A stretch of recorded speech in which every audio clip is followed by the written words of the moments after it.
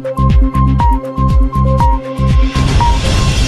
विद्यार्थी ITI आणि MCVC pass झालेले असेल अशा विद्यार्थ्यांना परदेशात नोकरी करण्यासाठी सुवर्ण संधी प्राप्त झाली आहे।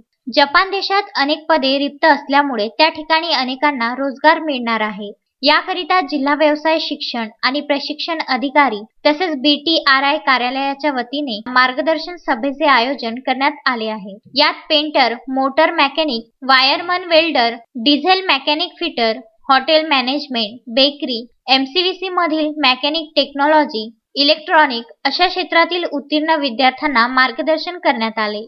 याकरिता खर्च, ठिकाण व काम कोणते यावर प्रणित तसेच संचालक कार्यालयाचे नरेंद्र येते यांनी मार्गदर्शन केले।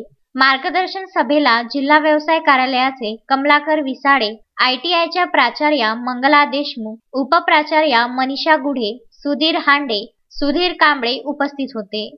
अजय शृंगारे, विदर्भ न्यूज, अमरावती।